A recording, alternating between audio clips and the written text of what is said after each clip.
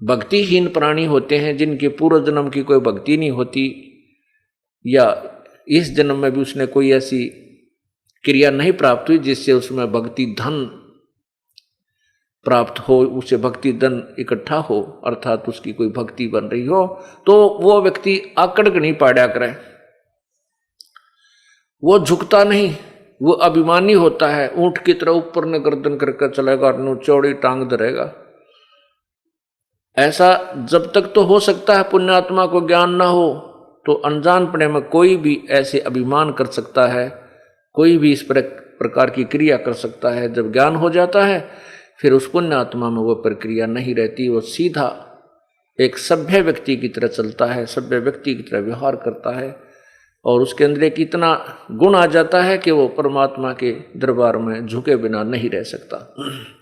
ये उसकी जैसे सरसों होती है, सरसों होती है, जब तक सरसों की फली कच्ची होती है उसकी कीमत नहीं बनती, उसमें दाना नहीं बनता, तो ऊपर को खड़ी रहती है ऐसे। और जो जितनी भी वो परिपक्व होती जाती है उसमें सरसों का दाना बन जाता है, उसमें वजन बन जाता है, उसकी वैल्यू बन जाती है, कीमती बन जाती है, तो वो झुकना शुरू कर देती है और अंत में इतनी झुक जाती है कि जमीन को छूने को हो जाती है। उसमें उसकी कीमत बन गई, सरसों के दाने उसमें भर गए फलियों में, वो कीमती बन गई। और जब तक वो कच्ची थी उसमें वो ना किसी कर्म की नहीं थी, ना उसका खल बने ना तेल बने, तब तक वो आकड़ पाड़ रही थी, ऊपर ने ऐसे खड़ी थी। जितनी कीमत होती चली गई उतनी ही वो झुकती चली गई।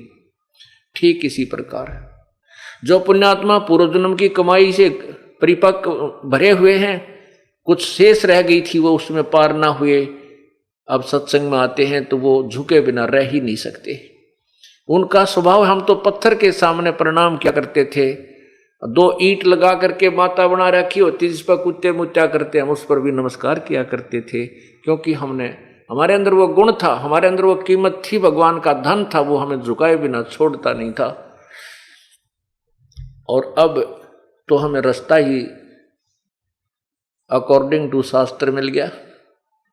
अब तो झुकन की बात छोड़, कोई नाट गर्दन मांगे तो भी सहर्ष स्वीकार दे देंगे परमात्मा, कभी ले लीजिए। पुण्यात्माओं के अंदर ये गुण होता है।